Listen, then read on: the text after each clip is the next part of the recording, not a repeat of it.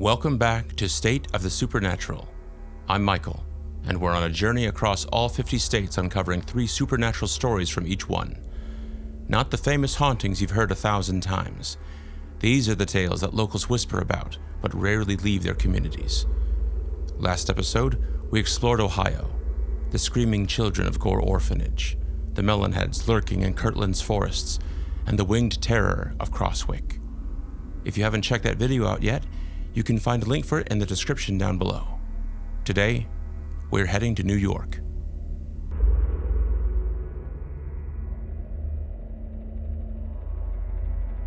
Now, when most people think of New York, they think of the city, Manhattan, the skyline, Times Square. But New York State is massive. Over 54,000 square miles of forests, mountains, and rural communities stretch far beyond the city limits. And in those forgotten corners, strange things happen. Things that never make it to the city papers. Before we dive in, if you're enjoying this journey state by state, make sure you're subscribed and hit that like button. We've got plenty more for you, and the stories only get darker from here. Now, let's talk about New York's supernatural side.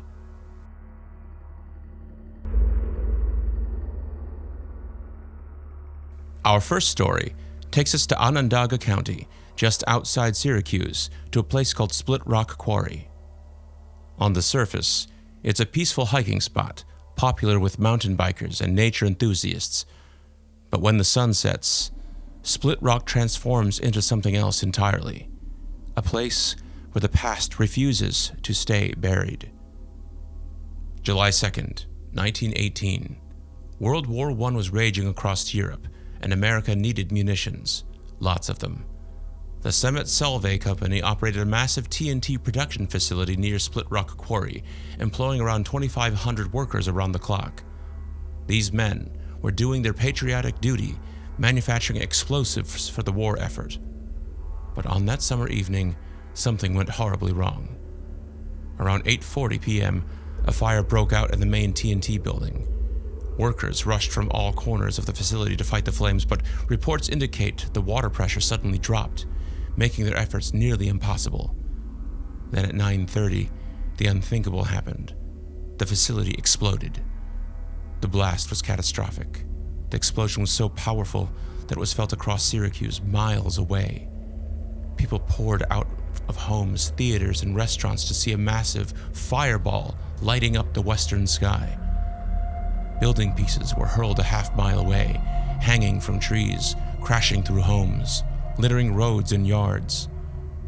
When the smoke cleared and the devastation became visible, the true horror emerged. Over 50 men were dead. Some were incinerated beyond recognition. More than 20 were reported missing and presumed dead, their bodies never found. Some victims showed no external injuries. They'd been killed by poisonous gases released in the blast. If the wind had shifted, the explosion would have ignited the 1.5 million pounds of additional explosives stored uphill. The entire city of Syracuse and half of Onondaga County could have been destroyed that night. The facility was never rebuilt. The quarry was abandoned, and that's when the hauntings began. Today, ROCK QUARRY is public land, accessible via hiking trails. The only structure that remains is the old rock crusher, slowly rusting away behind a tunnel through the cliff.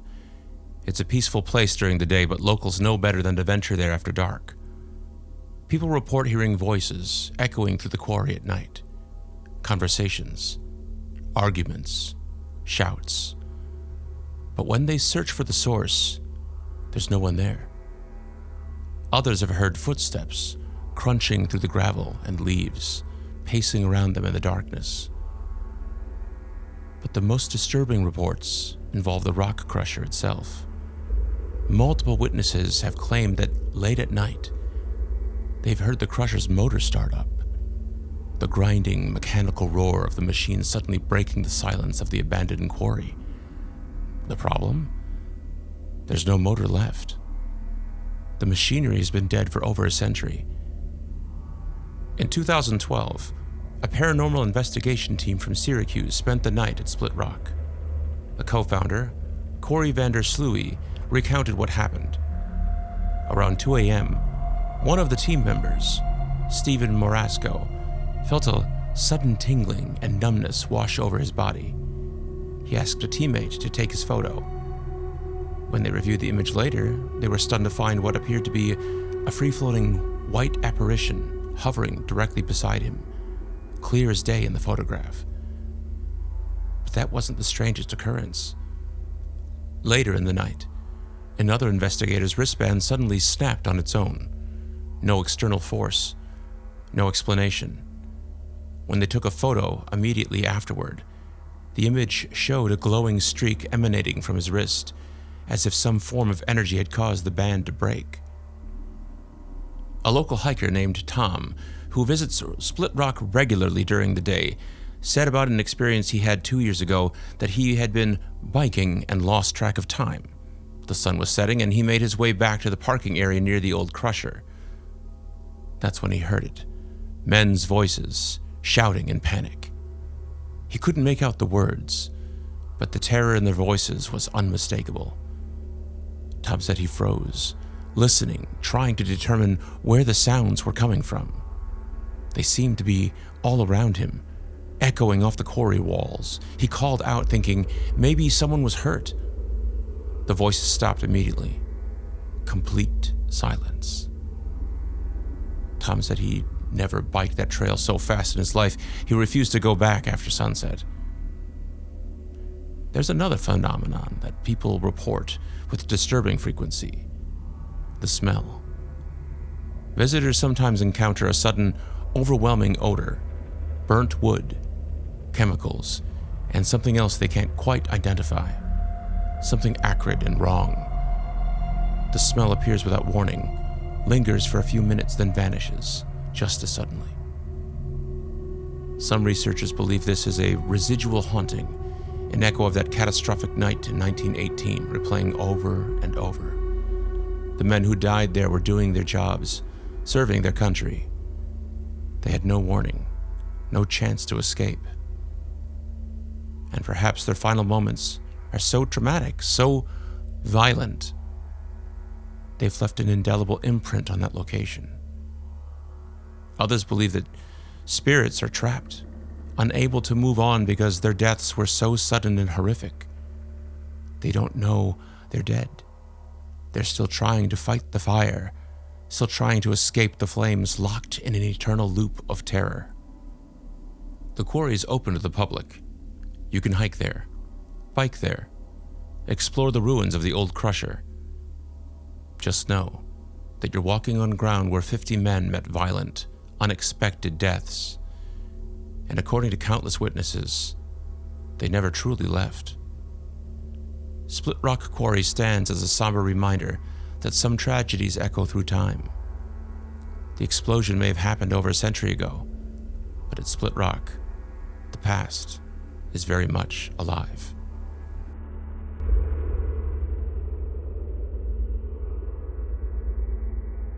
For our second story, we're heading north to the Adirondacks, to a small town that has embraced its supernatural reputation so completely that it declared Bigfoot its official town animal. Welcome to Whitehall, New York, the Bigfoot capital of the East. Now I know what you're thinking. Bigfoot? In New York? But hear me out, because what happened in Whitehall in 1976 is one of the most credible and well-documented Bigfoot encounters in American history, involving multiple witnesses, including law enforcement. The Adirondacks span over 6 million acres of wilderness, larger than several New England states combined. These dense, brooding forests have a long history of cryptid sightings. The Algonquin tribes, who originally inhabited the area, told stories of the Kiwak, a massive fur-covered creature that could freeze a man's heart with its piercing scream and possessed glowing eyes that could pierce a soul. But it wasn't until August 24th, 1976, that Whitehall's Bigfoot legend truly took shape. 3 teenage boys, Martin Paddock, Paul Goslin, and Bart Kinney, were driving down a bare road just outside town late at night. They were out joyriding, being kids, when they saw something standing on the side of the road. At first, they thought it was a person. But as their headlights illuminated the figure, they realized this was no person. The creature stood approximately 7 to 8 feet tall. Its body was covered in dark, matted hair. It had massive shoulders and long, powerful arms that reached nearly to the ground. But what terrified them most was its face. A horrifying mixture of human and animal features. The teens turned their truck around, curiosity getting the better of fear. They wanted a better look. That's when things went from strange to absolutely terrifying. The creature began making sounds. Martin later described it as a combination of squealing and screaming, high-pitched, almost metallic, and unlike anything he'd ever heard from any animal. Then the creature started moving toward them, not walking, running, with incredible speed. Paul Goslin, sitting in the passenger seat, screamed at the driver, "Get the hell out of here!" They floored it, tearing down a bare road, with the creature pursuing them. They reported the encounter to the police, and here's where the story becomes truly remarkable. The police took them seriously. Over the next 2 weeks, 11 different witnesses reported seeing the creature, and 8 of those witnesses were law enforcement officers from 3 different police departments. One of the officers was Brian Goslin, Paul's older brother. On August 26th, while on patrol, Brian encountered the creature face to face. Standing at an estimated 400 pounds, the being was even more imposing up close. Brian submitted an official report describing a massive, hairy humanoid that moved with unnatural agility before disappearing into the forest. The sightings weren't limited to a bare road. A local farmer reported finding enormous 3-toed tracks in his field, each print measuring over 14 inches long. The tracks led from the forest to his barn and then back into the woods. Several of his chickens were missing. A mother waiting with her child for the school bus reported seeing a massive hair-covered creature watching them from the tree line. She was so terrified that she began carrying a loaded rifle every morning and refused to let her child wait alone. The encounters became so frequent that armed search parties formed, and the town was gripped by a combination of fear and fascination. But as quickly as the sightings began, they stopped. By mid-September, the beast of Whitehall seemed to have vanished. But the story doesn't end in 1976. Sightings have continued sporadically ever since. In 1994, golfer Frank Sparks was driving a cart early in the morning at the Skeene Valley Country Club when he encountered a 7-foot-tall Sasquatch standing on the first tee box. He described massive shoulders, long arms, and glowing red eyes. The creature stared at his dog in the cart, and the dog, a brave animal normally, cowered in terror. After a few seconds, the creature turned and crashed into the woods. Frank was so shaken and so convinced of what he saw that he commissioned a massive steel sculpture of Bigfoot holding a golf club. It stands at the course to this day, a 12-foot monument to his encounter. Sasquatch became the club's mascot. A local historian named Paul Bartholomew, who's been documenting Whitehall's Bigfoot encounters for decades, said that the Adirondacks provide a perfect habitat for an undiscovered large primate. Dense forest, minimal human presence, abundant food sources, and terrain that makes systematic searching nearly impossible. Paul also pointed out something interesting. Whitehall sits at the southern edge of Lake Champlain, home to another famous cryptid, Champ, the lake monster. Could there be a connection? Could certain areas attract unexplained phenomena? Paul believes Whitehall is what researchers call a paranormal hotspot, a location where multiple types of unusual activity converge. In 2018, Whitehall officially declared Bigfoot its official town animal. They host an annual Sasquatch Calling Festival every September where hundreds of people gather to share stories, listen to researchers, and participate in a Sasquatch calling contest. It's become one of the town's biggest tourist attractions. But beneath the festival atmosphere and the quirky town pride, there's something real happening in those woods. Too many credible witnesses, too many law enforcement reports, too many consistent descriptions across different decades. Whether it's an undiscovered primate species, a remnant population of Gigantopithecus somehow surviving in North America, or something else entirely, one thing is certain. Something is out there in the Adirondack wilderness, and it doesn't want to be found. The people of Whitehall believe. They believe wholeheartedly. Do you?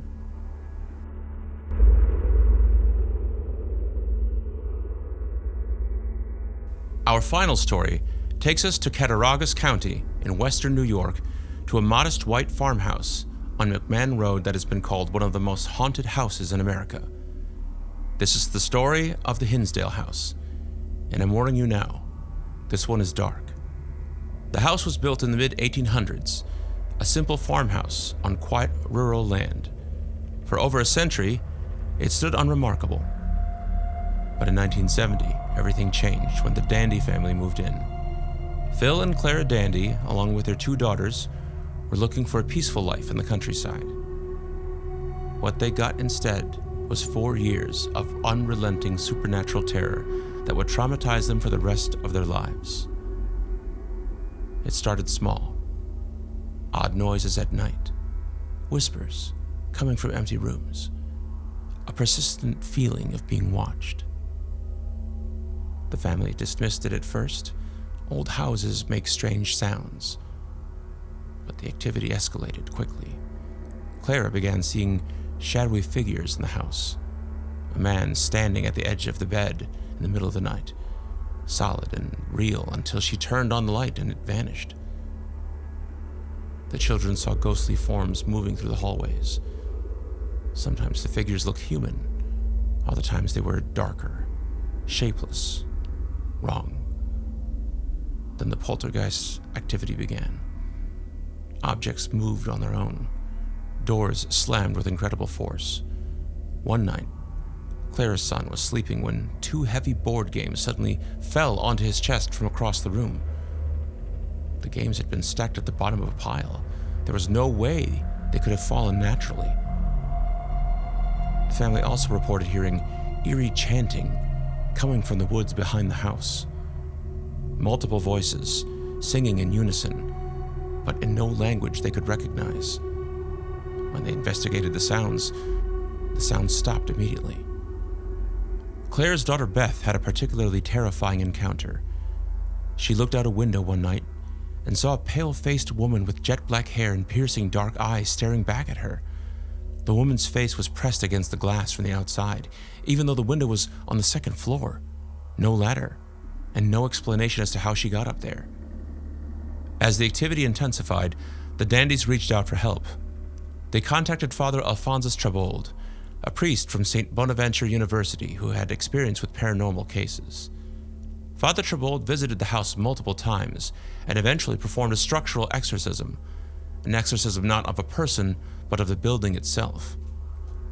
According to witnesses present during the exorcism, the house began to shake violently. The sound of screaming and crying poured from the windows as if the building itself was being tortured. Father Trabold continued the ritual, but in the end it didn't work. The activity only stopped temporarily before returning with greater intensity. Desperate for answers, the Dandys placed an ad in the local paper asking if anyone knew about tragedies associated with their property.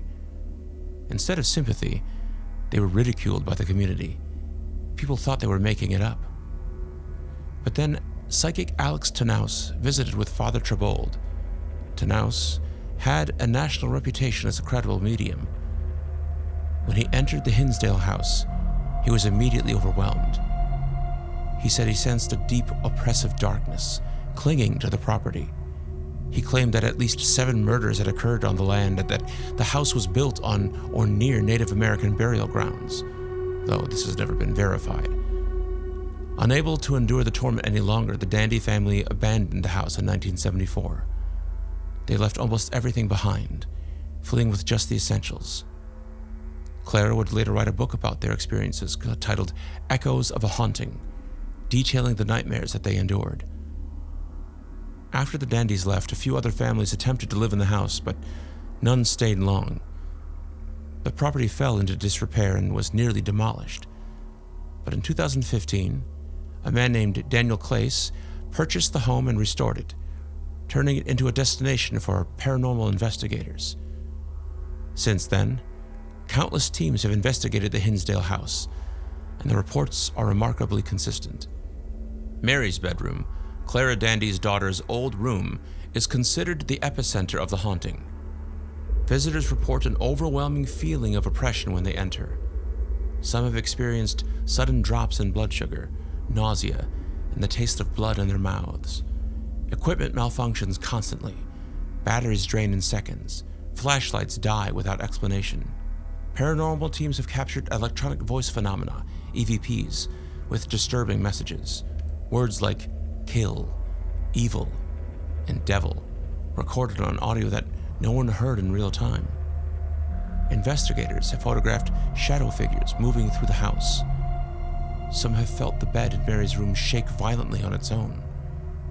Behind the house stands what locals call the Giving Tree, where visitors leave offerings to honor the spirits, or perhaps to appease them. The current owner, Daniel Clace, has embraced the house's dark reputation. He allows overnight investigations, and the house features a 24-hour live stream so people can watch for paranormal activity in real time. Some skeptics have tried to debunk the claims, but many leave the house as believers. What makes the Hinsdale house so terrifying isn't just the individual encounters, it's the consistency. Across 5 decades of witnesses, hundreds of people have reported the same experiences. The oppression in Mary's room, the shadow figures, the sense of something deeply malevolent inhabiting the property. Some researchers believe the house is a portal, a thin place where the barrier between our world and the spirit world is weak. Others think the land itself is cursed, haunted by violence that predates the house by centuries. Whatever the truth is, one thing is undeniable. Something is very wrong at the Hinsdale house. And unlike many haunted locations, this isn't just residual energy. This is intelligent, interactive, and hostile. The Dandy family paid a heavy price for living there, and everyone who enters that house takes a risk, because according to those who've investigated it, the spirits don't just interact with you. They attach to you. They follow you home.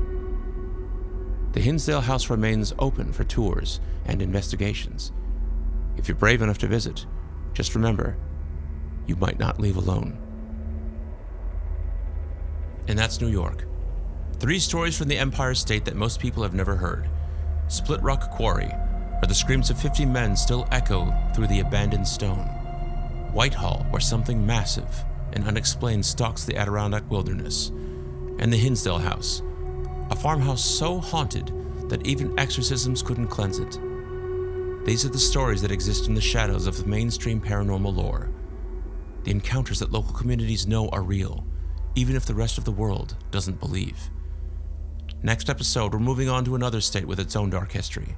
I'm not going to spoil which one yet, but trust me, the stories I've uncovered will keep you up at night. If you've enjoyed this episode, hit that like button and subscribe. We've got plenty more ahead, and I can't wait to share it with you. Drop a comment and let me know. Have you ever experienced something paranormal in New York? Or maybe you have a story from your own state that I should investigate. I read every comment and can't wait to hear from you. Keep the lights on, keep your eyes open, and remember, folklore is just history that couldn't be explained. Thanks for watching.